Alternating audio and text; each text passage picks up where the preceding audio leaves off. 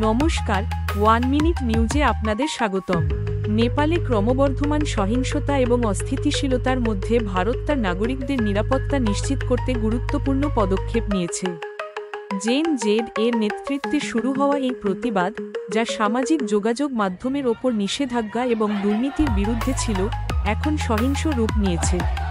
রাজধানী কাঠমান্ডুসহ বেশ কয়েকটি শহরে অগ্নিসংযোগ ও ভাঙচুরের খবর এসেছে। বিক্ষোভকারী এবং নিরাপত্তা বাহিনীর মধ্যে সংঘর্ষে অনেক তরুণ বিক্ষোভকারীর জীবনহানি হয়েছে।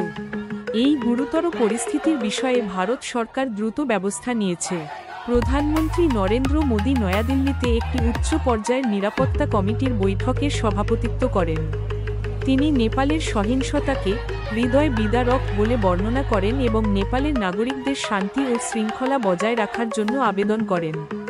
পররাষ্ট্র মন্ত্রণালয় নেপালে থাকা ভারতীয় নাগরিকদের জন্য একটি ভ্রমণ পরামর্শ জারি করেছে, যেখানে তাদের ঘরের ভিতরে থাকার এবং সমস্ত অপ্রয়োজনীয় ভ্রমণ স্থগিত করার পরামর্শ দেওয়া হয়েছে।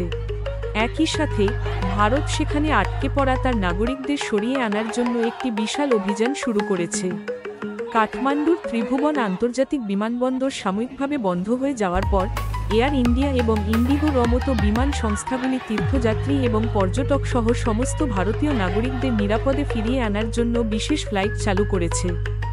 ভারতীয় দূতাবাসও জরুরি হেল্পলাইন নম্বর প্রকাশ করেছে।